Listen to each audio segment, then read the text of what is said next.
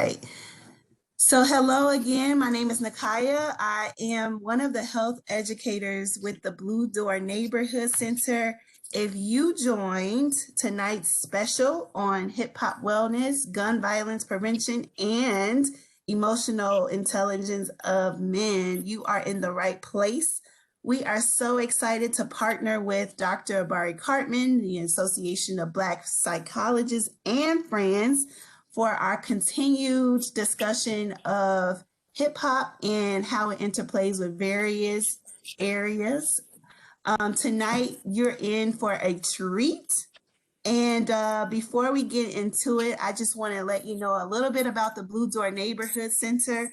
We are Blue Cross and Blue Shield of Illinois' first ever neighborhood center. And what we do is we are passionate about positively impacting community health.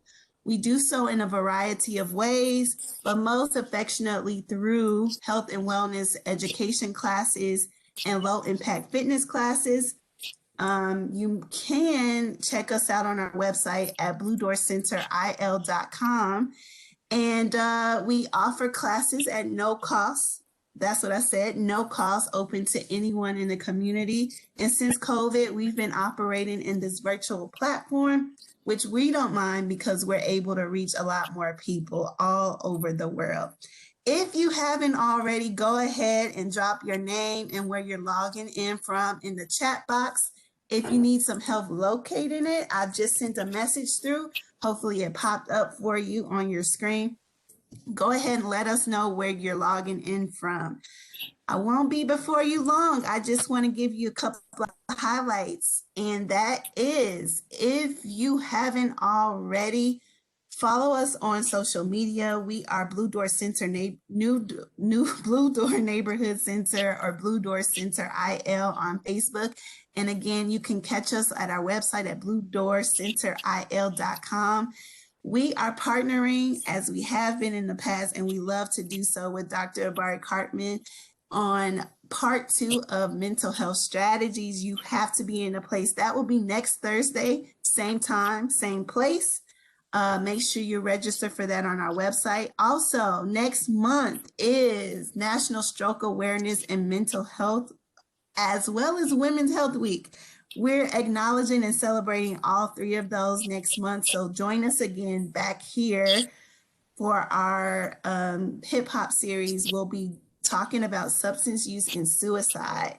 And then finally, guys, before you leave today, we would love if you could complete our survey. So go ahead and grab your phone or device that's handy, take a picture of this, and it will send you to the link listed below. Finally, I want to let you know about one more thing, a little virtual housekeeping here. So this meeting is being recorded, and also you can change your view. So if you like to see everyone in the room at once, go ahead and use that view, the grid view. If you like to see the active user or the active speaker, go ahead and just click that button. Although when we're sharing our screen, you won't see too much of anything. Dr. Abari will share throughout tonight's presentation, but he will unshare it as well to sometimes see the room full. Go ahead and, if you haven't already, identify and locate that chat box. This is one of the major ways we'll be communicating tonight. So feel free to respond back with what stands out. You can post your questions. You can communicate with other participants there. And you will be muted for the sake of the integrity, and so we can all hear one another. You will be muted. But if you want to speak when that time comes, feel free to unmute yourself. Doc, I am done. The floor is yours. We're so excited to have you again, and thank you. Thank you, Blue Door, Nakaya, and team for continuing to support this work, for creating free space to have important conversations. I love the partnership because, like, we've been able to curate things that I'd be looking forward to. Like, just don't be just regular old talking for talking's sake. Like, I'm excited about this conversation. And it's a somber conversation. Like, I'm excited, but like sad about it. It's a serious topic. I wish that this was not what we were gathering for. But I'm excited and hopeful because of the panelists that we've invited and the community. I'm seeing folks that are chiming in that I know from different walks of life. Like, I firmly believe that as many problems as we have, that we brilliant folk, that we have twice as many solutions, and that I'm hopeful about some of the insights that we gain from people's work, people's experiences, people lived experiences, and professional experiences, that we can come together and collaborate to really figure out what we can do to prevent further harm, to restore existing harm, to really, heal the city for real. So I'm gonna get right into it. There's a lot to talk about, and I always say I want to leave a bunch of time at the end for the community, for the interaction. We never do. I'm gonna really try to honor that for real, because like it's some smart folk in here, and I want to make sure people get to exchange, to share. I don't want to monopolize all the questions because I always have lots of questions, and they be real questions. Like, they don't even be like softball questions. Like, I really am trying to figure stuff out, and I'm happy to be in a space with other folks that are also trying to figure it out, but in practice, in real time, and through the work. And so these are the folks we have. We're gonna get into it. I'm gonna introduce the panelists very soon, but as usual, we start with some music. So the Hip Hop Wellness series is an interchange of sharing some art and sharing lyrics, using music as a way to have conversations about the multiple, complex, sophisticated realities of our day, and do it in a way that's ours, that's Black, that's cultural, that's relevant, and hip hop for me is that. So I'm gonna start with a song. And what I did, I'm gonna play this song, and I'm gonna ask the panelists to introduce themselves in response to this song. It's a local artist. He's from here, but his music's all around the world. His name is Jim Stones, and he wrote a song about this idea of the really the essence of this conversation. What are the cycles that we find ourselves in, that we approach in another spring, another summer, and we can anticipate what's going to happen. Whatever happened last summer, we saw it, we experienced it, but did not organize ourselves to create infrastructure to anticipate that anything other than chaos and harm and violence will continue to happen this summer.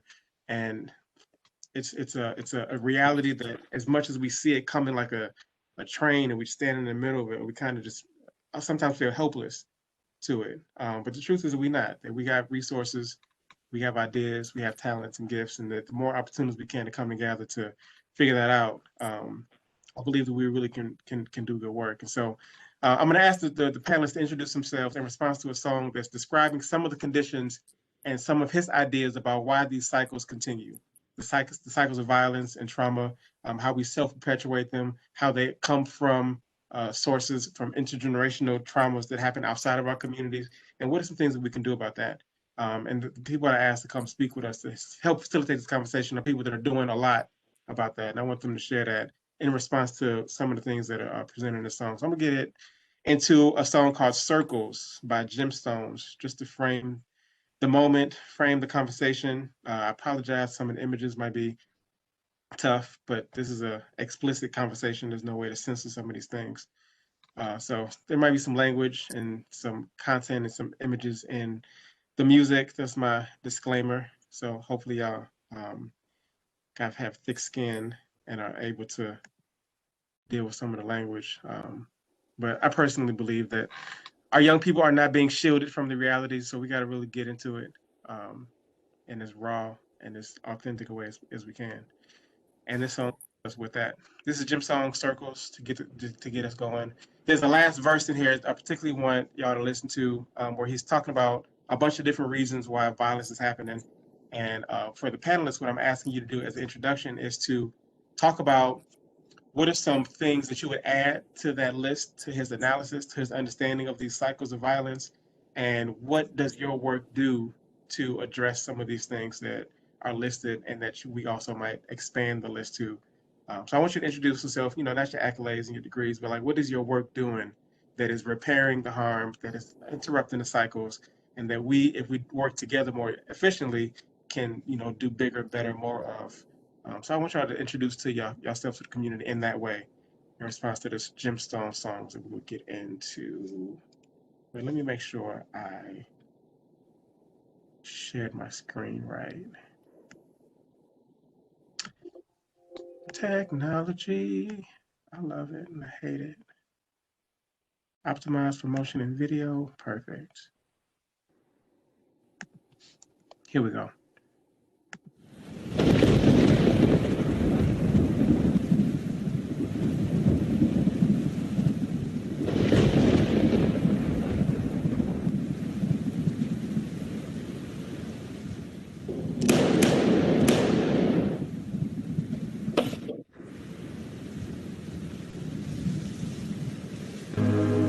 He's stunting in his Robin jeans.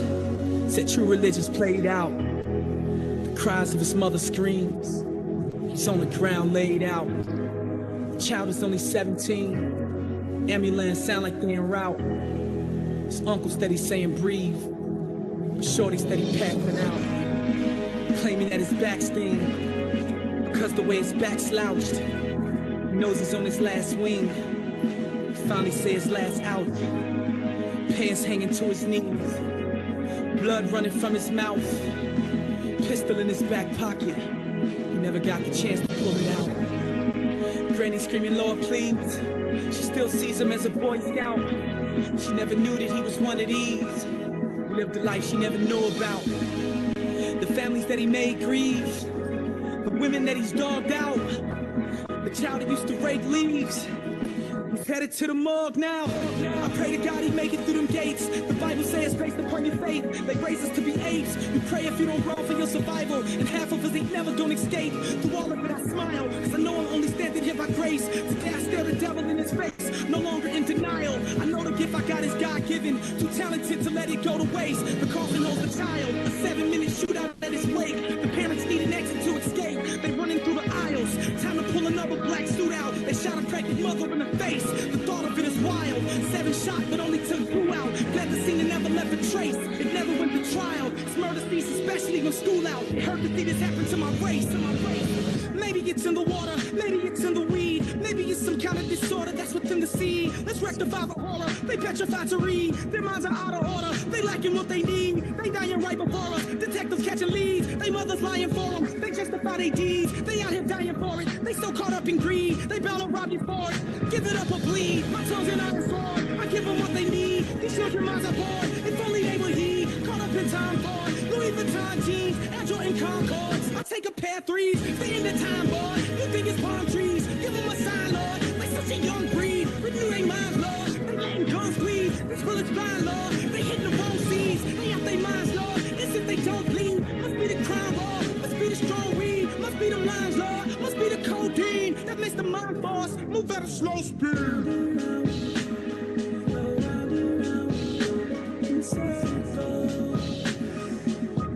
And the beat goes on like round and round.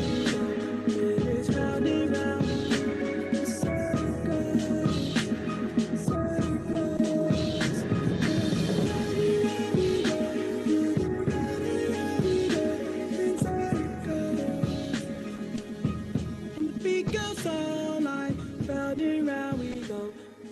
Round and round we go in circles. So that's the conversation for today. What do we do to interrupt the cycles? And this is the last verse that I mentioned in terms of him mentioning just contributions to the chaos. What are the things that are happening that are creating this recipe for disaster for our young people? So the question is why? Why is it happening? What do we understand? How can we combine our analysis to have a better understanding? And what is the work that you're doing to break it, to heal it, to interrupt it? That's my question for the introduction for my panelists. We're gonna go Aaron Mallory, Dr. Lewis, and then Joseph. Well, I want to start by just saying thank you, for having me to, have this conversation. It's just something real quick. I'm Aaron Mallory. I'm a licensed clinical social worker, the founder of Grow Community. We're a community mental health center specialized in providing counseling services to boys and young men within the city of Chicago. I'll talk more about the organization later on, but really wanted to kind of dive into this song, and just kind of some of the points that I got from it, and kind of like what we think about today, kind of what our young people are dealing with, right? So there's different experts from the song that I wanted to touch on. But the first one is, he said, maybe it's some kind of disorder within the seed. And this struck out to me when he said this because I think about epigenetics and I think about learned helplessness. And I think about when we think about the seed, this child even is born, that how things may have been already set before you even came into this world, right? And I think about just when we think about stress, the mother endures if she's pregnant and she's going through stress, how that translates to the young person. Think about just the whole notion of learned helplessness, right? When we think about just kind of how that manifested, and we think about just the notion of that learned helplessness can be passed down from one generation to another generation. He said, mothers lying for them justifying their deeds. This struck out for me a little bit in a couple of ways, right? So within our organization, I would say roughly 85% of the boys within our organization come from single parent homes, particularly where the mom is the head of the household, and where fathers, typically aren't present. And so, this is something that really resonates when it said mothers' lives for them to justify their deeds. I see a lot of these young boys that we work with. Number one, don't have that male connection or that male figure who I think from the number one point, just get accountability. And I was fortunate to grow up with my father and my mother. And, a couple things that I know is my mom was that nurturer, right? I could go to mom, talk to her, but I also knew that I could get away with anything with mom, especially as I got older. One of the values I had in my dad was that he gave me that accountability. He gave me that structure, Just certain things I just didn't do because I knew my father would be around and that he would hold me and check me on that. And a lot of things that we see with the young boys that we're working with is just that struggle of having accountability, somebody that instill that structure to get that space where they can mold and they can be developed. And I'm not saying a mom can't do it, right? So I don't want to take that away, but there's value in having a male presence, right? There's a value in having that male to give you a modeling example of what to do. And so that just stood out to me, mothers lying from them justifying their deeds. These children's minds are bored. Idle mind is the devil's playground, number one. But number two, you think about some of these young boys, especially in the height of COVID right now, but some of these kids aren't even going to school right now. And I think about some of these kids that have IEPs, individualized educational plans, right? So who aren't getting the services already disconnected from school. So if you're not thriving, if you're not succeeding in school already, and you don't have the support at home to guide you, you become disconnected. And you become disconnected. You engage in the things in the streets that perpetuate the things that we see today. Violence, we got a 13-year-old came into our organization on probation, aggravated assault. Can't read. Ain't been going to school all this whole time of COVID. There's a lot of elements in there, but his mind is idle right now. There's nothing feeding his mind except what the streets has to offer because that's what he's doing throughout the day. Because of virtual, he's not doing virtual, and nobody's holding him accountable to do that. Yeah. Their minds are out of order. When he said this, I thought about toxic stress, thought about trauma. And we know how trauma dysregulates the brain, right? So the minds are out of order. The mind is out of order, is dysregulated, right? And we know what a dysregulated brain does, right? We know it causes depression, impulsiveness, we don't think before you act, anxiety, hyperactivity, the inability to concentrate, pay attention, right? All factors that contribute to when you begin to engage in activities that are not conducive to society, or we talk about gun violence, right? All that tied together. But then the last part must be the Crown Royal, must be the strong weed, must be the lines, Lord, must be the codeine. Take the mind, the forest, move at a slow speed. That's all coping. All that, a lot of young people come here, we see that, right? But that's a coping mechanism. It's an unhealthy coping niggas, but that's a coping mechanism, but that's a way for them to be able to ease the pain, to calm down the hyperarousal, to calm down the anxiety, to calm down the depression, to calm down those thoughts that are idling in their minds, calm down those memories that keep tormenting them, right? But then also create the behaviors that we see. And so that last part is just a way that they've learned. It's their medicine. Right? It's not the healthy medicine, right? We know that it's only a quick fix, right? It's not solving all the problems, but it's just a quick fix to help them get through what they're dealing with, right? And so, I just feel like at the end, he really touched on a lot of key points that we see today and just tying into what I see clinically, this causes the violence, this causing the challenges that we see in our society today, particularly within our Black community. Yeah, I love it. That's perfect. I meant to say, I didn't specifically say this, like it's on the flyer, but the reason Aaron is important, and really everybody on here is important, is because if you're talking violence prevention, there's a certain type of boy we're talking about. And there's a certain type of experience you got to have with that boy. And there's a lot of good work being done by other people doing like college readiness, 100 Black Men, like there's people doing other good work. But there's a specific boy we're talking about today. And I really want to zero in on that like population. And Aaron's somebody that everything I know about him, he's in that work. Met him at Ready, now doing Chicago Cred, and his own organization is zero in on that boy. So this is a very surgical conversation in that way. And I appreciate your analysis. And as I hear you, Like I know you could not come up with that if it was not for direct experience and conversation over and over again with them. So I want to talk later again. I'm gonna come back to that idea about you've been in the trenches for so long, and what of the things that you've done that you've seen be successful in rewiring the brain and redirecting them and helping them move past some of these obstacles. Like, what are some of the things that you've done in your work that gets at, you know, all these different layers of problems that we see that they're experiencing? I'm gonna come back to you on that. Let me go right to Dr. Lewis, who I met a couple years ago doing, he was a high up in the juvenile probation world and now even higher up. So every day he's just doing this, like he's at the front line of this. And one of the reasons that made me think about calling him for this wasn't even his work and the uniqueness of him being a counselor and in the probation world, which I often don't see, to have a human, you know, face of this and a insight and compassion for this work that's not so control punishment driven. Like he's special for that, but he's even more special to me personally because I never got to respond to something he said years ago. You know, somebody says something and you won't respond good enough. A lot of times it happened in an argument, like, man, I should have said this, but this time it wasn't even an argument. He has asked me if I heard an album. It was what was the album? It was The Book of Ryan. He asked me if I heard this album called The Book of Ryan by Royce da 5'9". It just came out like the day before, and I responded, and I didn't respond strong enough. I was like, yeah, I heard it. We listen to it right now, but I hadn't really listened to it yet, right?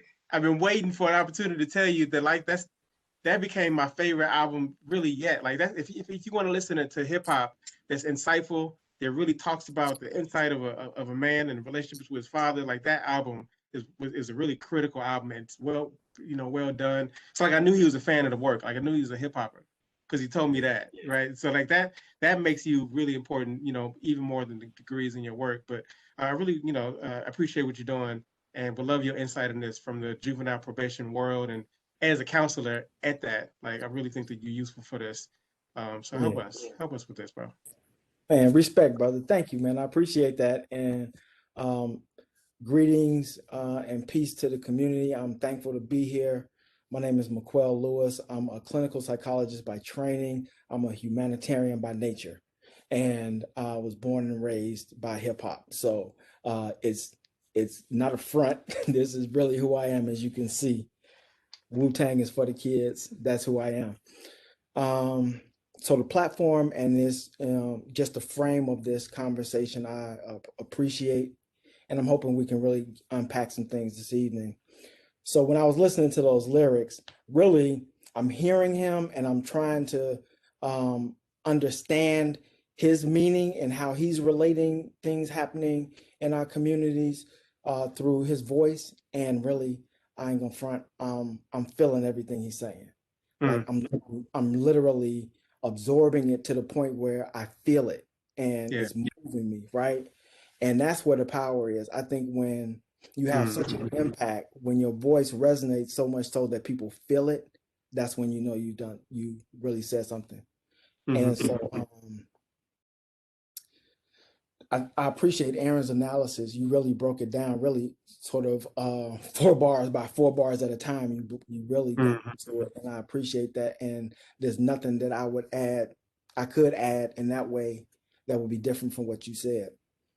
I would offer this though. When there was a line that he said, "Pistol was in my back pocket, never got a chance to pull it out." And that resonated with me because what we hear young people, heck, probably young adults, older adults, everybody at this point in time in our society, because communities feel dangerous to us. Young people, I first heard it when they said, "I'd rather get caught with it than without it." Right? So they say that to suggest that that's their method of protection. Because if they in a situation and they don't have it, they lacking, and that puts them in a victim position. This line caught my attention because he basically saying, dude had his ration on him, but didn't even get to it. So what good was it? The end of that video, when they showed the shooter, when they showed his face, the first thing I saw was shock and awe. He was like, "Oh, yeah, I can't believe I just did that." But then I saw that expression disappear, and it became, how you like that? Mm-hmm. And it was that quick transition that shows us how people go from an innocent to hardened. Mm-hmm. And I think that's really at the heart of what I want to understand about the experience of young people involved in gun violence. Mm-hmm. What's the emotion, right? What's the emotion that you're experiencing that influenced you so much so that you took that, 6 pounds of pressure, applied that 6 pounds of pressure in that instant? The frame of our conversation is about emotional intelligence. I look forward to us unpacking what that means, emotional intelligence. I think I have an interpretation of it. And I think that there's a lot to be said about people making that very split second decision to apply that 6 pounds of pressure that ultimately influences, countless lives, right? It's not just those two people in that interaction, it's the families of those two people, and then it's the loved ones of those two people, and then it's the networks of people connected to them that become affected. And then we talk about how that influences retaliation, etc. So emotional intelligence, I believe, absolutely a part of the conversation, definitely at the heart of how I try to understand people and how I try to work with people, both for the Circuit Court of Cook County as well as in my private practice. I'm really trying to understand what's influencing people so that I can be of best service. I think that some of us, in wanting to do the best on behalf of people, come with a preconceived idea. We really pretty much know what's necessary. And so maybe we're not always listening to understand. We're hearing, maybe we're not always listening to understand. So that's definitely what I want to always be mindful of whether I'm practicing or working with people that work directly with people. I want to be mindful of what am I hearing so that I'm understanding. I love it. And again, later we can talk more about where you see the juvenile justice or injustice system serving a role in the perpetuation of the cycles, and how you've been able to cut through some of the red tape to really actually create healing space for the young men that you interface with. And I want to come back to that idea of the hardening too. That's a really important idea. Just at what point does a twinkle in a boy's eye turn into numbness? And I think that we as a culture play into it. We talk about like, "Oh no, dude ain't built like that," and we say that with a certain pride. Like we're describing he ain't built like that to mean that he has a savagery where he's unfazed by being able to just murder people. And it makes it so that like we prop up this sociopath into a version of manness and power that like adults, like we say these kind of things without thinking like, what does that mean? That he should not be built like that. He should that first response of like, man, did I just take a life? How do we preserve that and keep the compassion of a human and not just make people into, these products? But we can get into some of that too. Joseph, you here? You with us? You paying attention? Can you hear us good? Yes, sir. Yes, sir. Can you So hear me? happy to have you here. This is a young man I met last year doing a summer youth program working at Corey. And I've just been impressed with him over and over again. Just so many opportunities to get to know him in the story. Him as a young father, as a young artist, hearing about some of the things he's been through on his own, like your transparency, your insight has been useful for me in my work. Like I wanted to be able to share you with the community I'm a part of. He called me a couple of weeks ago saying, got a new venture, a clothing line he wanted to open up. And he showed me the logo, and I'm, man, that's dope. Where you get this idea from? He told me that he learned how to draw while he was locked up and wanted to use that skill to further his life. Right now, he on break right now. I think where you at Chick-fil-A working right now. Like, just if you knew his story, what he's been through, I don't know how much you feel like talking about what you're doing, but I mean, young people like that. That's the tragedy that's really at the heart of this. We keep losing young Josephs over and over again, and it just disheartens me so much when I get to know how much genius is embedded in our community that we're not cultivating, we're not protecting, and Joseph represents that at the fullest for me. So. I invited you here today because we usually have these panels about you, right? We be talking about you all the time, and we get paid for it, and we never include your voice. We never ask you what you think about it. And I need your insight in this. I need to know if we on, if we off, if this is some bullshit, like we missing the whole thing. Like our question is, why is this happening? And like you living it in a way that many of us, frankly, are not. And we need you to help us figure out what's going on. What are some of the conditions that are creating some of the violence? And what are some of the things that you from your position would say you need or needed before, or some of your friends needed to really help get you into a better place? Like you pulled through on your own, but like what would have helped you, and what would still help you right now from a community of adults, counselors, mental health professionals, educators? There's a bunch of people on the call that do a lot of stuff. We need your insight in this. Is that clear? Is my question clear? Yes, sir. Yes, sir. Can you guys hear me good? I'm outside. Yeah, we hear you outside perfect. Okay. Yeah. So like he said, my name is Joseph. I'm from Chicago, South Shore, Chicago, where the quarry is, 71st and Crandon. Lived down there all my life. I just moved up here to start in Wheeling, actually, to try to do better for myself. Doing better work. Like first I got out of jail, I knew I can't be outside of jail or dead, outside of jail or dead. And Abari asked, what was it? What would have helped me? First time, tell us about the terrain. What's going on out there? What's happening? Why is it happening? What are some of the players, the conditions, what? Give me a real life, like in real time, like you're a journalist. Describe what's going on in the streets. Why it's so chaotic right now? The streets are the streets, and it's always gonna be the streets. Now, one thing that I can tell you about the streets, I was listening to that video, and based on what I know, now that artist, what's Jim Stone? I never heard that song before. Jim Stone. Now he might have seen something different than what I've seen, but the lyrics it's a little different than what's perceived. It's a little different. So in Chicago, like the shooters that's going on now, like did you guys hear about the shooting with Adam Toledo and people like them? Really, that could be anybody. Everybody's walking around with a gun now. A gun is basically a lollipop nowadays, to be honest with you. For people like us and that's associated with stuff like that.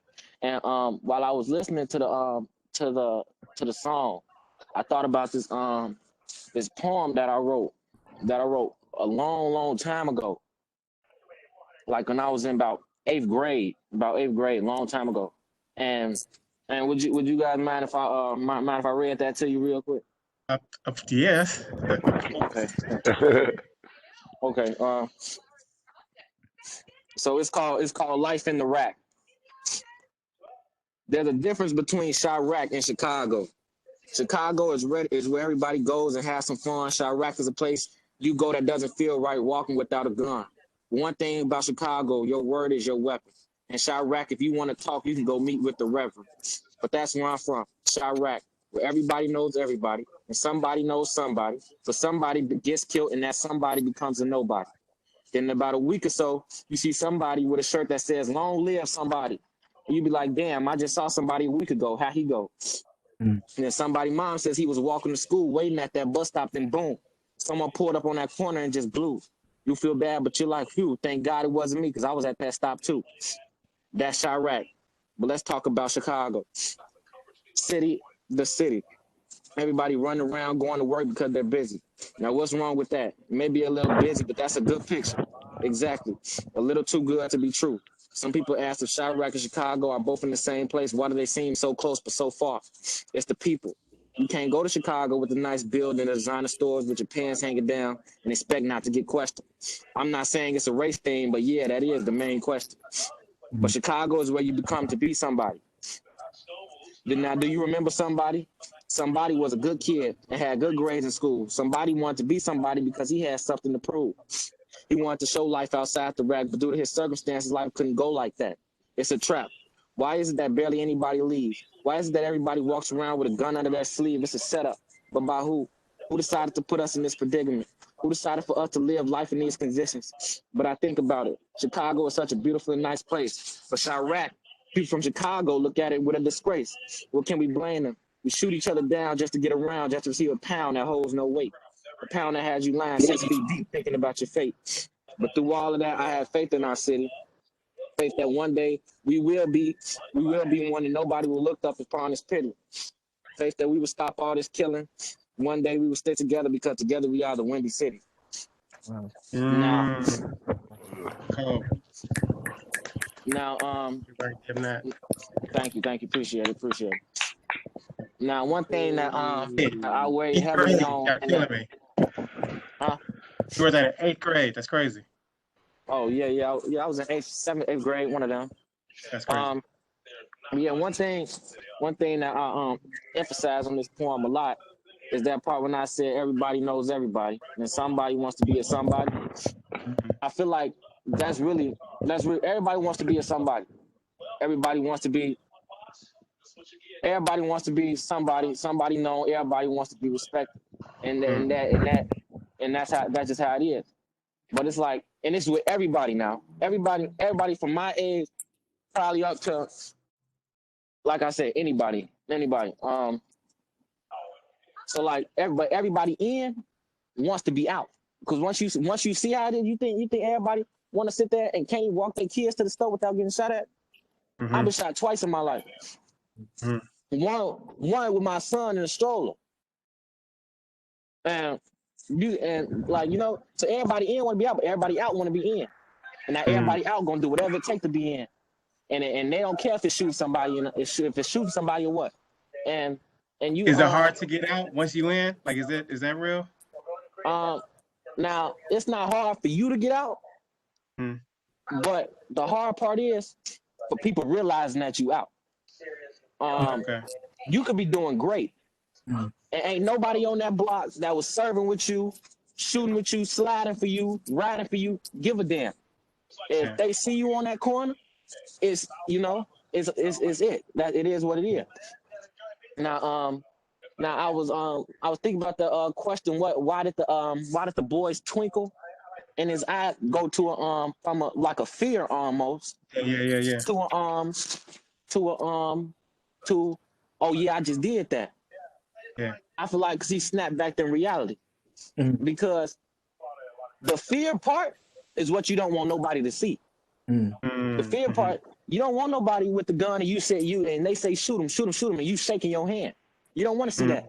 So the minute you pull that trigger and you see what you just did, now it's time to put on that front. But I guarantee you, when that boy got home, he was in his bathroom balling, praying God he don't go to hell, praying God he don't get caught. Because he still got peoples too. And everybody else got peoples. And and now he just killed somebody home. It could have been somebody big cousin, somebody son, somebody grand, anybody. Right. And now it's his head. So it's a lot of other things besides the could it be the weed and could it be the because everybody from Chicago that smoke weed is not shooting everybody, Right. But yeah, I love it, man. That brilliant, bro. I love it. Way to lay it down. Yeah, that's so good. Let me get Phenom in this. So Phenom, I invited to be special guest artist, but also a panelist, because one of the reasons I love his work so much is because he's one of my favorite lyricists, but he a worker. Like, he out there still. Every time I see him with young people, building and growing, teaching, giving back. So I want that. Like, I don't want your artistry to, you rap all day, but I want your insight. Like, I want the science of the work, the mentorship from you today. I'm gonna introduce you with some of your art, though. I want to play a song from Phenom before I introduce him. You can, share something live if you want, but I only need that. I really want to, I want you to talk about the work some more than the art. But this is Phenom, one of the Chicago legends. Who play a song of his called Heist, one of my favorites of his. Just a way to introduce him and then give him the floor to talk. So put your stuff on mute for me.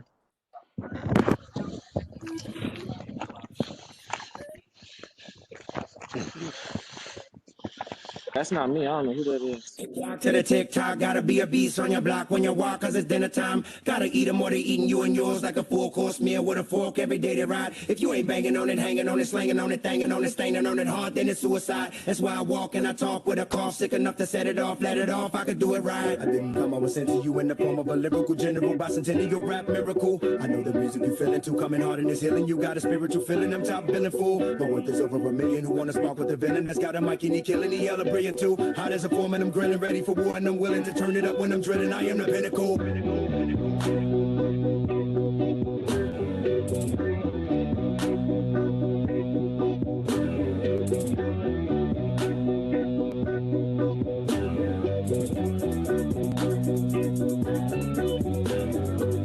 When I wake up in the morning, every morning, gotta give it up to the one that made me incredible. I'm looking up at the throne with my eyes closed, see the whole globe controlled by the intangible. I see the cosmos, they Picasso's with a God stroke, God flow comes from a mandible. Too many lows, that's why we get high as we can to make us more understandable. And Martin Luther King, I know he had a dream, but did his dream include his people going out like some animals? Kill a nigga quicker than a shark around a bloody swimmer, blowing up, getting big for the cameras. Pull a trigger, lick a shot quicker than a shot of vodka hit the liver. This is war, they are blaming you. I know the dreams don't match, but we met our match when we went out for the scratch, cause it's flammable. Whoosh, every day it get a little harder and it get a little darker. Ain't no telling what I'm at to do. When you living in the city like I'm living in a 9mm, ain't the only thing that damage you. Dream stealers, dream killers, team hitters, mean niggas, cream pillars, green getters, run the planet, dude. Streams getting pulled, fiends getting full, kings getting ruled. That's the way it is, what you gonna do? Gotta make it so that's highly melanated, celebrated, calibrated, super hitter. Gotta aim at you. Haters hate it when I take it, so I gotta break it, obliterate it, and make it hurt when I wank at you. I use the mic to turn your ass up. Fools get it straight up, turn the class up. Sean no guitar to turn the gas up. Do it big, baby, bra hoodie, and mask up. Old children, old children, old children, old children, old children, old children, old children, old children. Came in the game, we need to mask up. Came in the game, we need to mask up. Came in the game, we need to mask up. Came in the game, we need to mask up. Kicking the dough, waving the go flow. Kicking the dough, waving the go flow. Kicking the dough, waving the go flow. All I heard was "Nom, don't hit me no more." Kicking the dough, waving the go flow. Kicking the dough, waving the go flow. Kicking the dough, waving the go flow. All I heard was "Nom, don't hit me no more."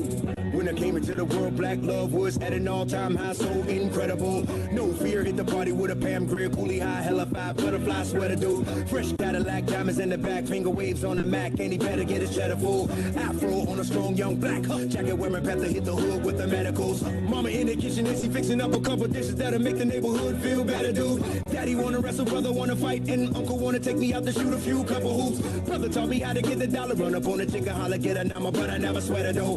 Holidays was the best day, see my whole damn family, and we chillin' like whatever though. Yup. I was in it right before the motherfucking crack epidemic finished us. Cocaine, Katrina, the spelling right, he subpoenaed us. Hands on the hot ass cars, right, they reading us. Judge not believing us in the box, they leaving us right or wrong. They keeping us big or small, they beating us till it's us, defeating us till it's us, eating us till it's us, beating us fucked up, leaving us cutthroat, cutting it so close. Whenever the coast spoke, you smelling a gun smoke. Then when you got no hope, the preachers and no popes are stopping the boat. Get rich or don't go broke, the streets is no joke. Get run over and passed up. I grind till I live 6 feet of grass up. Life is a heist too good to pass up. Now I'm up in this thing, hoodie the master. Old children, old children, old children, old children, old children, old children, old children, old children. Came in the game, we need to mask up. Came in the game, we need to mask up. Came in the game, we need to mask up. Came in the game, we need to mask up. Kicking the dough, waving the go flow. Kicking the dough, waving the go flow. Kicking the dough, waving the go flow. All I heard was "Nom, don't hit me no more." Kicking the dough, waving the go flow. Kicking the dough, waving the go flow. Kicking the dough, waving the go flow. All I heard was "Nom, don't hit me no more."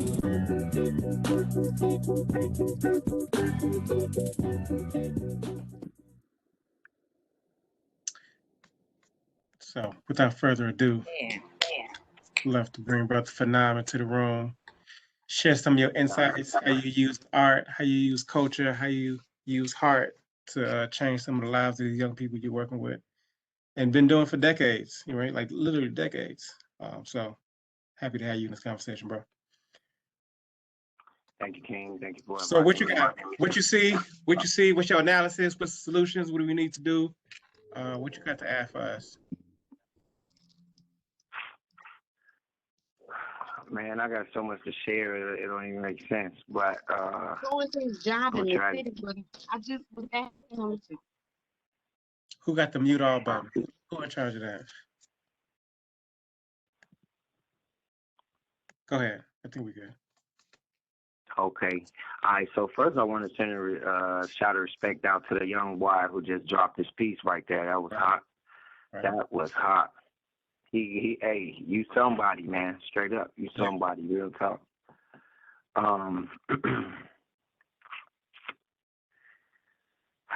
So you said what? Say what first?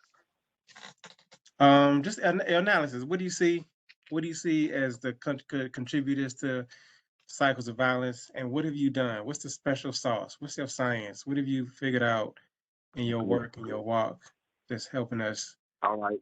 redirect them? All right. One, I've had some outstanding mentors. I mean, outstanding mentors. But I was also an outstanding student.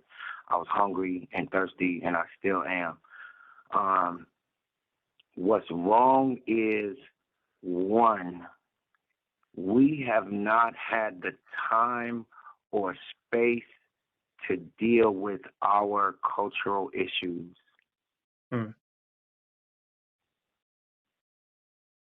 There is a misunderstanding of our love. So, for example, you can see two strong brothers standing in front of my building talking loud. What? Man, oh, hell no. The average person of our culture would be afraid of that. But for us, listening to them, they just talking about basketball, man. They just passionate. You know what I'm saying? They actually love each other, really.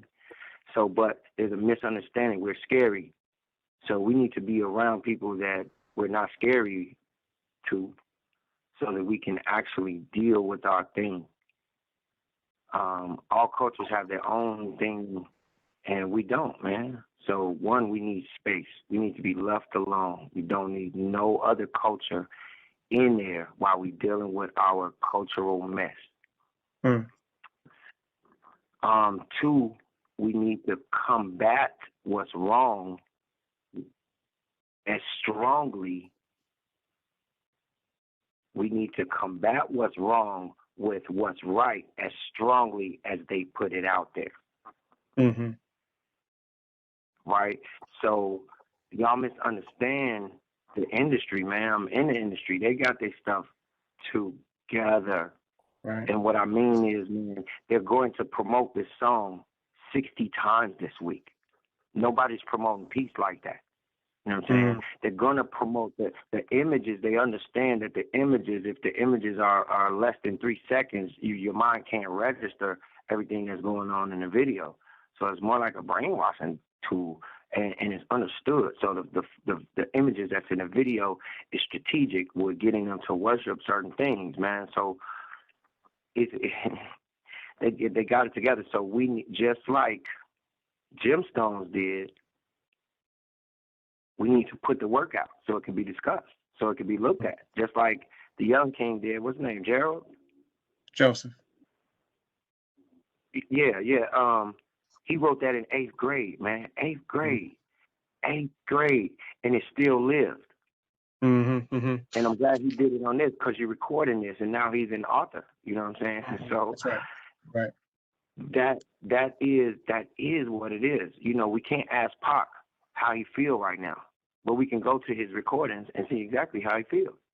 We can't ask Baba Sam Greenlee. I talked to Baba Sam Greenlee, who was the author of Spook Who Sat by the Door, but he made that project and made sure it was left behind for us to chop up. So we need to assemble. Black Panther was so powerful, man, but that's a movie that the youth can still chop up right now. So our solutions and everything, we need to put them in the same digestible way as the poison is. And lastly, man, I think that mental health is the issue. Rashada Dewan, master's in psychology, she got a nice formula. It's am I okay? Are you okay? Are we okay? Am I okay? Check with yourself before you even think about coming out here to work with anybody.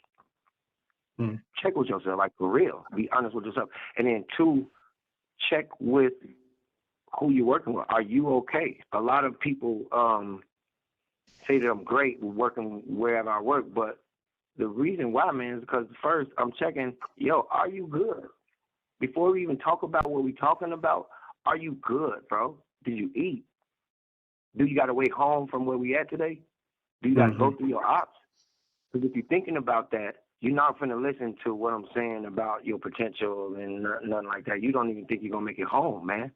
So there are holes in these cups called our minds, and we keep pouring into those cups, not even attempting to pass the cup up first. So that's my number one approach. Are you good enough for us to have this conversation? Right. And if not, then that's what we work on. Jim, what am I doing? Man, everything and anything. Everything and anything. I'm dedicated to this. I'm a weapon of mass construction. I'm out here. I do this till death, man. I'm here. You know what I'm saying? So I'm all in the fabric of everything. You can't even count the stuff I'm in. My students was in that video. Right. The students I trained that was getting shot at are in that video looking at themselves be a message. Right. That's 1. 2, I'm a premier artist, man. I rock all across the country and all across the world, man. I was there at that video shoot. Jim Stones had an issue with memorizing his lyrics. So I wrote the lyrics, man, for him and held the damn thing up so he could spit this and we could record this. Humble yourself and get in line and don't be a leader all the time. Support. So you be involved. K-Love was in the video. You know what I'm saying? My partner. Be the number one thing that you have to do is care.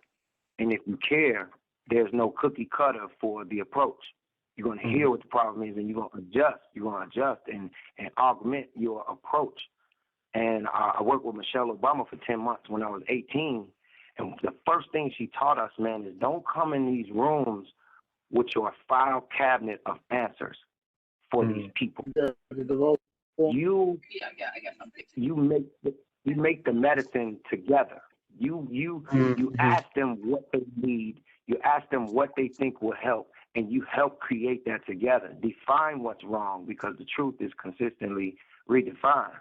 So, but all of that will fall in line, man, if you actually for real care and you make sure you good when you coming out here. And make sure they good before you talk to them, man. I see so many elders talk to the youth, and he just got chased. He just got chased, man. And you didn't see that part, but now you talking to him about, man, are you in school? Are you in school? Are you know? And we just oblivious, King. So I put it in the what? I put it in the rhymes, and then I take the rhymes to wherever they at.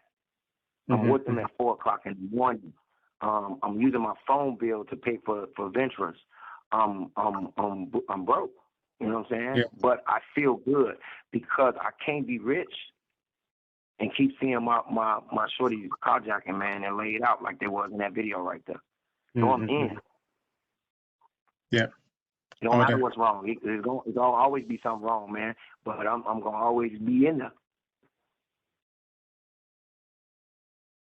I appreciate your work so much, and you don't need to be broke. It's another conversation for another day. We got to figure that out. Also, we got resources. We need to make sure that's part of doing the work efficiently. Well, you know what, man? The work that I do is unprecedented, man, and it stretches beyond the framework of what gets grants. And I've been nominated for the 5A award. I didn't get that because they wanted me to use the money for myself. There's a few grants that I didn't get because the youth work didn't fit in the demographic area that they was trying to give the money to.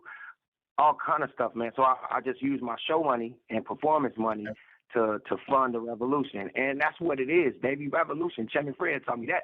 Let's get it. Yeah. I hear you. We can talk about it. We got 30 minutes. This time I always go by so fast. I'm gonna spend this last 30 on this emotional intelligence piece. We got to dig into this. How do we, in this work, really help reframe conversations about emotions to make sure they got book smarts, street smarts, and feeling smarts as a toolkit to be able to navigate this world, to heal, to restore. I'm just gonna play one quick song. This is G Herbo. The song is called Gangsters Cry. And he's doing that work, trying to figure out how we have this emotional intelligence conversation. Then we're gonna open the floor for the panelists and then for the rest of the community, just help us think through this part of this and how those things connect to the violence, how the pent up emotions, how anger, how trauma, how grief, unrealized, unresolved turns into manifest as gun violence, and what that connection is from y'all viewpoint. One more song though, and then we're gonna just chop it up around emotional intelligence for the rest of this.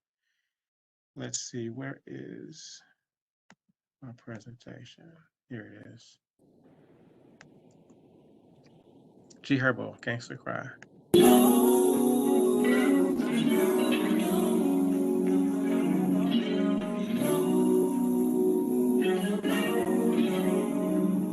Put my all in. Have you ever seen a gangster cry? It ain't nothing wrong with seeing gangsters cry. It ain't nothing wrong with seeing gangsters cry. I see nothing wrong with seeing gangsters cry. Have you ever seen a gangster cry? I see nothing wrong with seeing gangsters cry. It ain't nothing wrong with seeing gangsters cry. It ain't nothing wrong with seeing gangsters cry. I stayed up the longest when my nigga died. I pulled up some more so I could stop him crying. Relapse after quitting like my second time. But I know I just wanna numb the pain that's inside. I know I just wanna clear the rage in my mind. My younger days, but I still feel the same all the time. Growing granny used to yell my name all the time. Like the same as if I'm on the stage yelling lines. And I might surprise you, but I never tell you lies. If you knew what I knew, just be thankful you alive.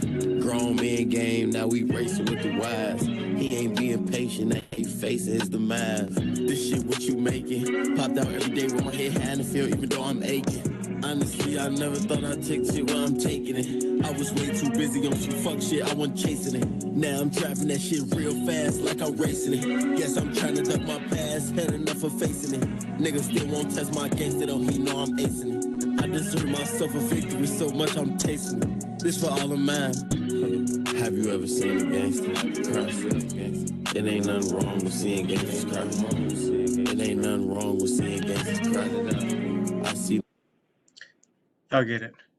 I'm gonna stop halfway. I want to make sure we got time to talk. But that's a conversation. That's a question for me. How do we make honest human emotional experience normal in conversations with men, particularly these kind of boys that is in the middle and the thick of this? How do we create space where they can be safe enough to talk to us or amongst themselves, or just reframe this whole thing so that, they're not bumping over their own internal process of numbness and hardness to be able to see themselves more fully, more human. What have y'all done in y'all work to help us in that direction? I speak. Okay. I'm Peace and blessings, man. My name is Al Stinson. I'm from the west side of Chicago. And the work I'm doing out here with young men, I always try to make them aware of HER. When I say HER is an acronym for habits, emotion, and relationships. What do we get our habits from? What manifests our emotions, and what our relationship is to everything around us. And so, I always speak from a standpoint of us being unconscious. So when you're unconscious, you live in your feelings. And unfortunately, so many of us come from single mothers. And so we suffer from a lot of emotional feminism. And when we get our emotions, people die. Young people die, young men die, because we was never taught how to handle our emotions with a balance, with that masculine energy versus that feminine energy. And so what I try to do, I try to just make sure my young guys be aware of both energies. What's a masculine energy, what's a feminine energy, and making them conscious making them conscious of their conscious. Like I said, I've been in the street over 20 some years, and until I came to conscious, this is what's manifested my growth. So each generation makes the next generation a little bit more conscious. And I think a lot of times that's what we miss in doing this work. We don't talk about how we live in our unconscious mind, what is being programmed every day to us. So shootings and guns is a maladaptive behavior. And so until you become conscious, until you be conscious of the conscious, you're gonna call the fate. It's gonna direct your life. And so as we talking, I'm gonna be real quick. I was in the street real heavy from 1991 to around maybe 201. 1991, we had 922 murders that year. We had 262 under the age 21. So what's going on ain't no different from what went on in 1991. Our young people are just more unconscious of them not being conscious. And so I teach them how we get programmed to stay in our savage brain and how the savageness get promoted in this generation. Everything about savage. All you hear is how to kill a nigga. You don't hear about how to heal a nigga. It's always kill a nigga. But are we talking about how can you heal a nigga? And when I say nigga, I mean any of us that's in our lowest spirit or our lowest consciousness. And so I always try to manifest that in my little guys, making them aware of those energies before they get out there. What do you get that habit from? For being at the top of your voice, for being hyper aggressive. And so once they start to understand that, they start to look at themselves and say, you know what, Stenson, you're right. I was in my emotion day. That what led me to doing this here. This what made me being reactive. So we key all day, we reactive all day. Because there's no thinking when we're in that brain, that savage brain. It's just straight reactive. Hey, I just want to add that. I'm familiar with your work. I really appreciate what you're doing out there for real. I mean that. And I struggle with that perspective. The part I struggle with is the emotions being effeminate. And as long as you feel like when you're crying, you're getting in touch with your feminine side, it's always going to be felt like a weakness, like a vulnerability. And I'm wondering, I want to interject real quick. I wasn't saying it in that way, because I cry all the time, bro, and that's been healing for me. Yeah. But when I'm starting, when you do that, how can we get that to be as manly as anything else? That's my question. How can you not? You don't have to go outside of yourself to be more like a woman when you're crying. Like that's not like how can that not be? How can that be a human process, a human reaction to grief? How can that just be as normal as breathing? And not be something that we want to like numb from or control or distance ourselves from.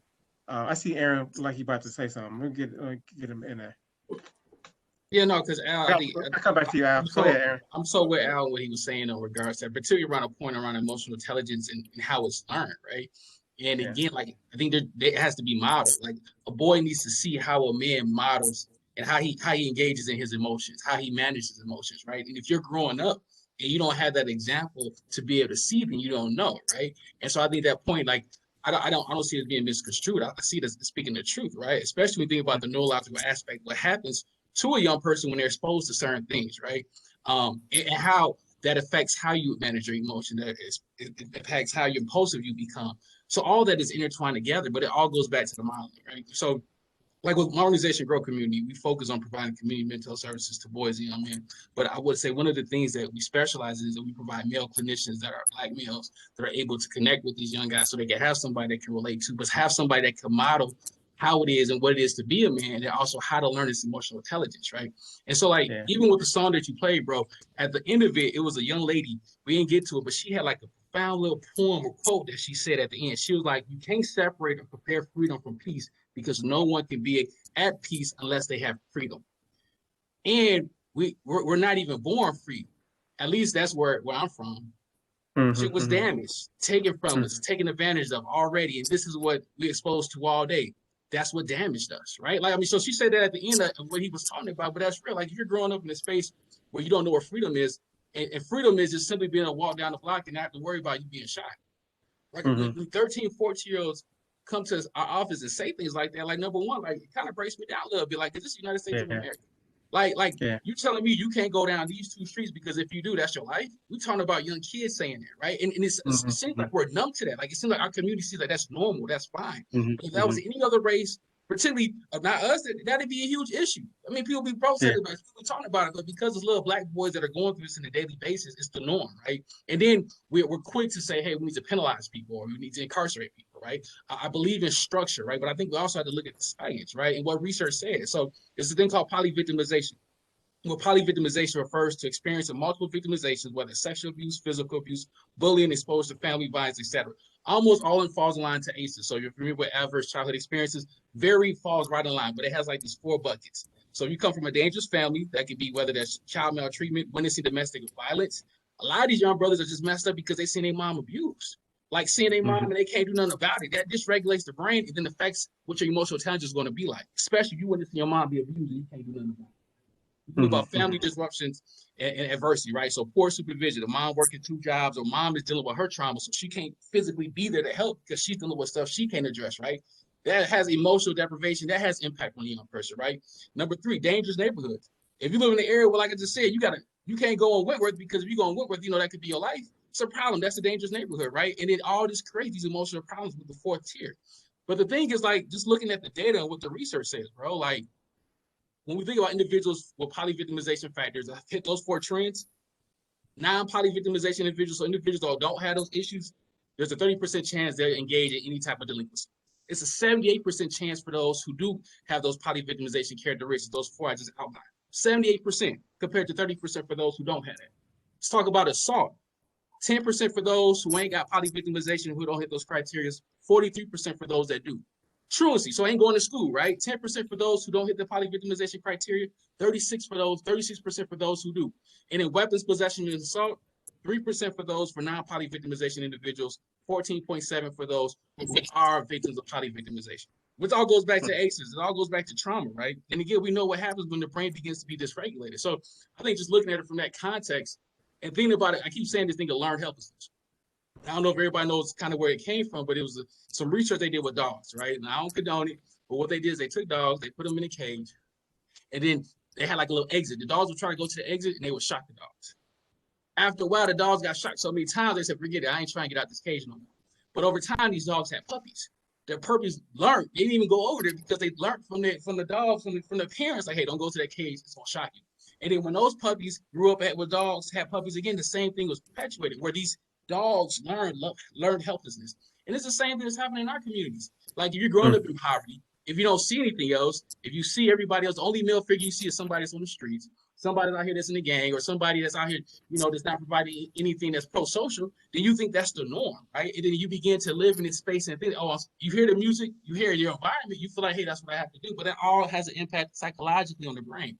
And so I think as we have these conversations, I think we have to be more informed. Like, number one, let's understand how trauma has a profound impact on our young people and what's creating a lot of these behaviors that we see. Number two, let's talk about how to treat it. But number three, how do we create structure for young people, right? Like when we think about individuals becoming incarcerated, how do we promote treatment? How do we hold them accountable to make sure they get the treatment, right? How do we continue to make sure that we engage them so that there's more time that they're in a positive space as compared to a space where they're back on the block and being with individuals where they can engage in these behaviors, right? Understanding safety, right? Like Maslow's law of hierarchy is that safety is number two. Like to get to self-actualization, you have to feel safe. A lot of these young people don't even feel safe. Like if you don't feel safe to go out in your own community, it's a problem, right? So how do we teach? Right. How do we create spaces? Number one, how do we encourage that? So I think just all those factors tie in, right? But particularly with that song, it was started off, right? I think that's something we have to be cognizant of. But then create an agenda to how we address this, right? Everybody's operating their own silos, doing their own things. But like, how do we get to the point where we're really trying to treat trauma? How do we get to these young people that are dealing with it? And how do we be very intentional and deliver high services so we can help them get better and heal so they can become, grow to be whatever they want to be. Become that father, right? So that it's not a cycle that keeps going on and on and on. What we see. So the question for me is, how do you learn power? How do you unlearn helplessness? What do we do? Is that a process that's reversible? And as you describe all of these conditions, and you mentioned it, when the boys come to you and they talk about their life, you feel sad about that. And when you talk about the intergenerational harm and an oppressor that has created these attacks, I feel angry about that. And we talk about the safety, we should be afraid. Like these are natural, normal emotions. And one of the things I struggle with also is this idea of teaching them how to manage those emotions, how to cope with them. It's like there's something about aligning with them, allowing them to express themselves, to being honest about those emotions first, and then finding some way to resolve them. If I'm afraid, I got to find some protection. If I'm sad, I got to grieve it. I got to let something go. If I'm angry, I don't want to control that. I want to express it. I want to redirect that. We got a warrior class of young people. We can redirect that anger towards some productivity. And I feel like a different process than managing, different than coping. So even in that language, I still wonder about how we can do this in a way with men that feels more acceptable, palatable, relatable. I'm gonna bring Joe in for this. Make sure you say something else before we go. What do you think about like therapy services? Like, you know, you feel like y'all open to that? Is there a way that we can do it in a way that would make sense to you? I agree with that 100%. But like, let's take me for example, right? Mm-hmm. I was 13, 14 years old, with 20, 21-year-olds on 71st and Crandon going down to Saturday night to Essence. Like, and one thing about, I was never scared to ask nobody for help, never scared. And, but one thing I realized is that no matter how many times I go to Obari for help, no matter how many times I go to Corey and talk about my problem, I can still sit there and die. And you know, and getting help ain't changing niggas outside. Excuse my language. I know there's some older women in here. I'm sorry. But yeah, that's not changing the fact. Like, I don't care how good, like for me, example, I'm trying to do way better now. I got a job now. I'm out of jail. I'm getting the clothing brand together. Ain't nobody care about that, you know. So and I feel like this is what a lot of young men out here, they put their head down and go about their problem. Because one thing about it is, ain't nobody trying to look out for no handout, and ain't nobody trying to say, oh, I needed help for this, I needed help for that. And that's what people realize. Well, okay, there ain't nothing wrong with that. There ain't nothing wrong with that. But there's a balance. You can sit there ask help all day long, but I guarantee you, when I hit that corner, I'm gonna have that Glock clutching it. But it's how you do it, though. It's how you do it. You can either be your person with the conceal and carry mind of your business, or you could be that person that's shooting everybody on that and get killed. You see what I'm saying? It's how you do it. It's all how you do it to me. It's all how you do it. I hear you. Somebody saying proud of you, Joseph. Keep pushing. I echo that. Thank you. I appreciate it. Yeah, 100%. Real quick, I just wanted to say this before I go. I live in a community where my life was almost taken 3 times. My son had been shot multiple times within this last year. My second son been shot. I got 3 nephews that all been shot in Austin. And so we got to always look at what manifests the shooter and what manifests the young killer. And all this stuff is tying in with that. And so, like I say, where I'm coming from, it's no rites of passages in our community. That's real. It's no building that we can go in and say, you know what, I became better in that building. Well, that building taught me what man here really actually looked like. Because when we don't have that, we run to the streets and get it. And we're going to get it the wrong way. You know, gangs was just a form of rites of passage. You know, that was a disruptive way of coming to rites of passage. And so that's what I'm trying to reincorporate out here. How do we get these young men a proper rites of passage from 16 to 25, what manhood look like? And unfortunately, we living in a time where masculinity, especially Black masculinity, is being marginalized. So it has nothing to do with about being crying or anything, but like I said, it's just a balance of not having an energy. When you see 2 young people arguing at the height of their voices, that energy comes from somewhere, and that's going to lead to something. So I just want to clear it out before I go. That's and it. then my bad. No, I got one more thing. My bad. And another thing, that this world is so opinionated. Like, anybody could sit there and have an opinion on you, and it will automatically shut down all your opportunities in life. I was in the grocery store one time, and I was coming home for playing basketball. I was with my mother. And I'm guessing the person that was looking followed my mom to the grocery store. And I guess he was like a coach or something. And I guess I looked intimidating or something, but he came up to my mom and he told her, you know what, I'll give that boy a shot and I'll let him play for my team. But he looked too scared for me, so I'm a pass it. He came up to my mom just to say that.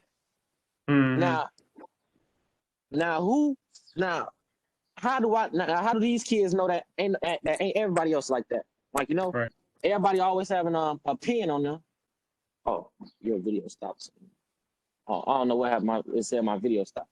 But yeah, everybody makes an opinion on somebody. Everybody do. Yeah. Even everybody in this call has looked at somebody and said, "Oh, I should stay away from them." Who hasn't? You see what I'm saying? And you don't know that, and you don't even know that person. Now, is you willing to get to know the person? Sure you is. But is that person even willing to trust you? You see what I'm saying? And that just through all people that been through. Like, I ain't gonna sit there and trust anybody I see. I'm gonna be honest. The time when I was introduced to Obari, because my auntie Katrina had told me about the program and stuff. I was only doing the first question I had was, am I getting paid for it? She's like, why you worried about that? And I'm like, because you think I'm gonna sit here and talk to somebody and try to tell them about my problems, and they don't even know me. You know what I'm saying? They don't even know me. But now getting to know Obari and the people that they around themselves with, I found it as a benefit because I just so happen to take that chance out there. Yeah. You know what I'm saying? But not everybody trying to do that. Ain't nobody trying to do it. And I can't even blame nobody for doing that.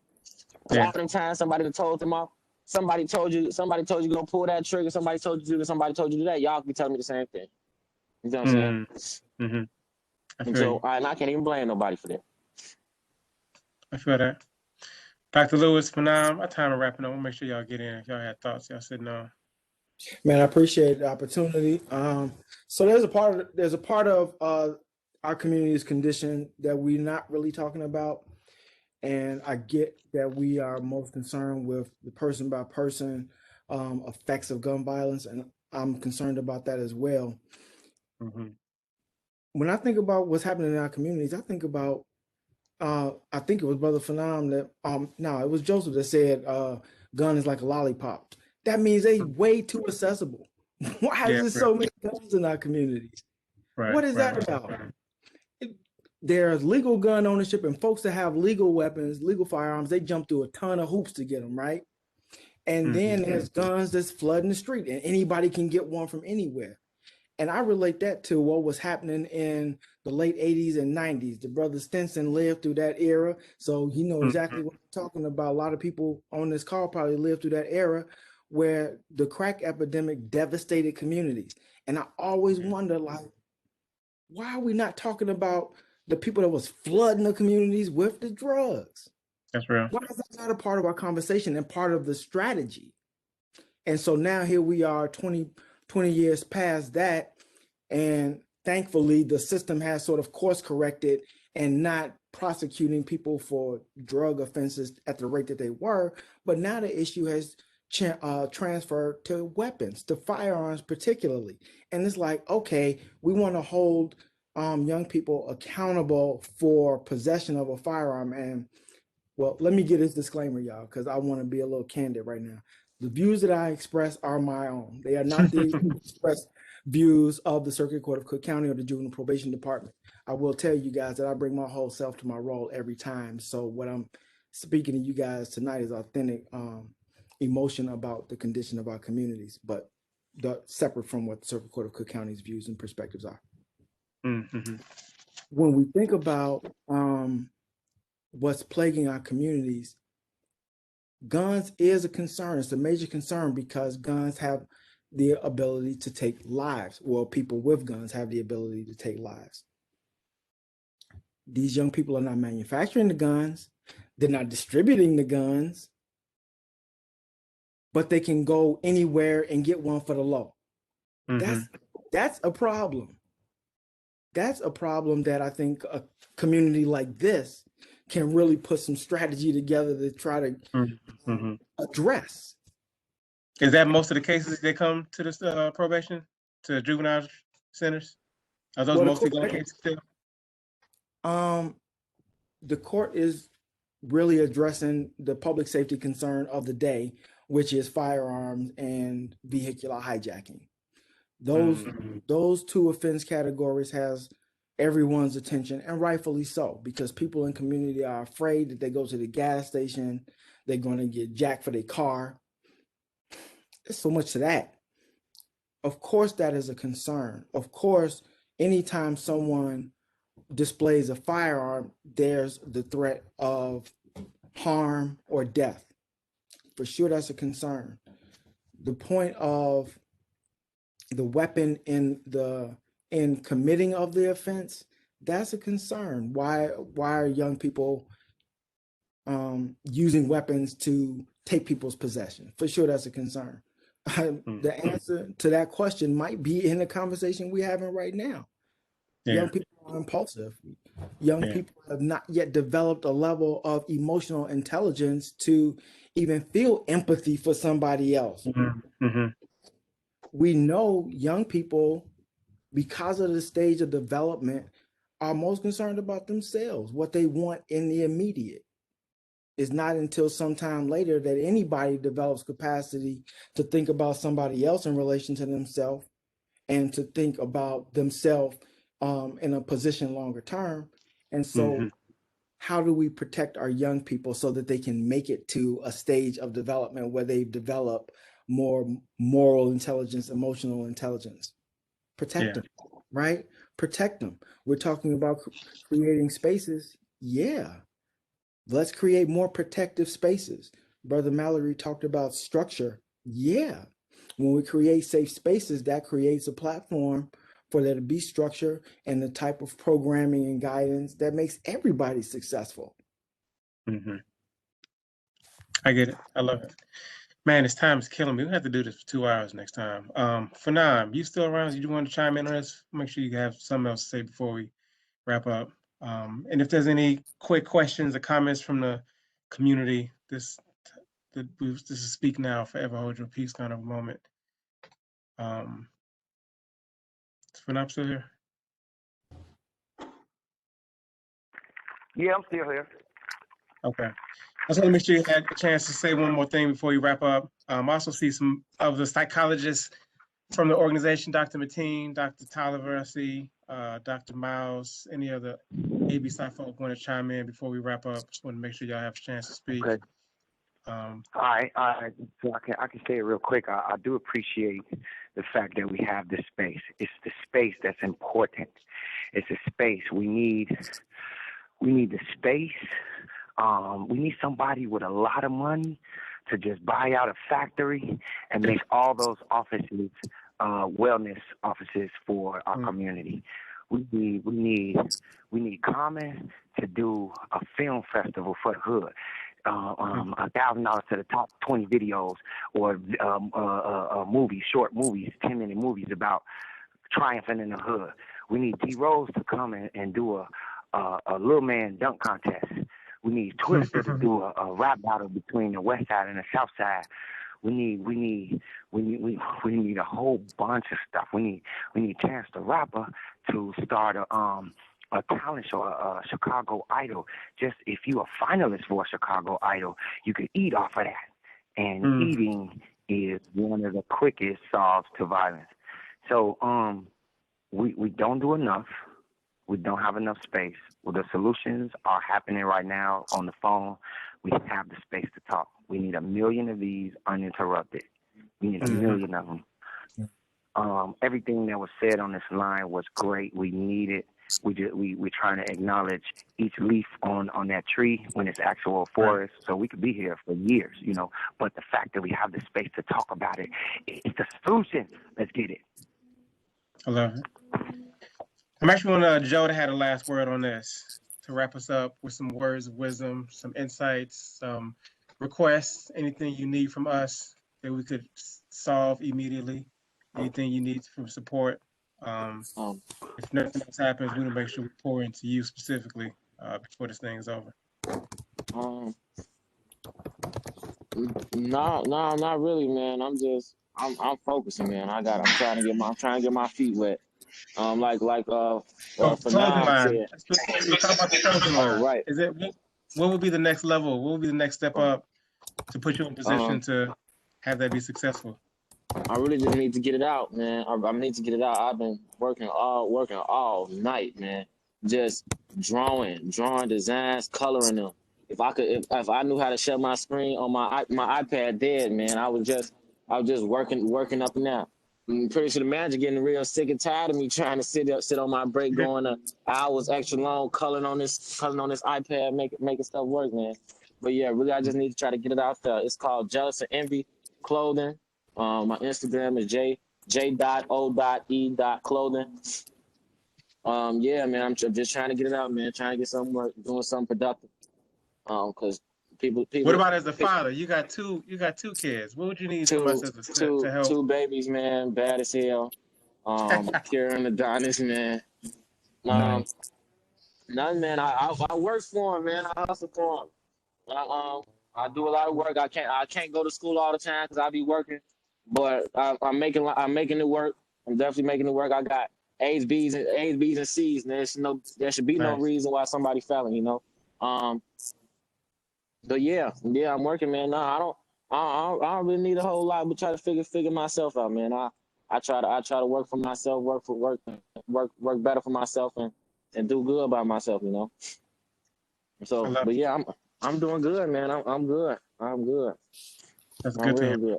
That I saw my thing pop up. Appreciate it, Obar. Yeah, man. I'm doing good. I love it. All right, man. We had time. I appreciate you. Appreciate all of y'all. Thank y'all again. I'm sorry we didn't have enough time for open discussion from the community. There's always so much to talk about. Platform. But we're gonna keep this tight. We're gonna wrap now. The point is that we always doing more and more and more. Like, we don't want to hold you because we'll be back. So if not today, tomorrow, the day after that, we always holding space. Y'all welcome to come join us at the Quarry every Sunday. We're doing Aaron Mallory be coming in. He got a headstand on, doing Black Man Do Yoga. Everybody's invited to it at 12 o'clock, 75th and Phillips. Then we do a men's circle. So y'all welcome to that. AB Size always doing stuff. Follow us on Instagram and follow Blue Door. We got a big Juneteenth celebration we planning.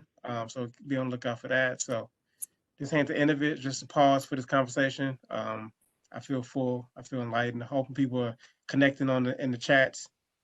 Put y'all information in there. If y'all got organizations, websites, we'll leave the room open for another 5 or so minutes. So make sure people are networking and connecting in the chat. If y'all got Instagrams you want us to follow, websites you want to add us to the email list.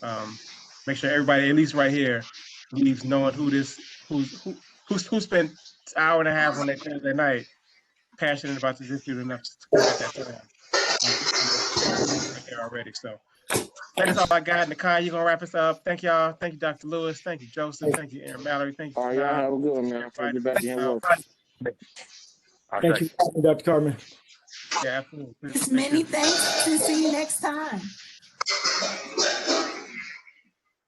We're gonna do the recording. I'll send it out in the email list. If y'all want to see the recording later, if y'all want to share it, we got your email, so we add you to our list. And y'all have a good night, man. I appreciate y'all. Appreciate this. We're gonna keep on plugging, getting this stuff together.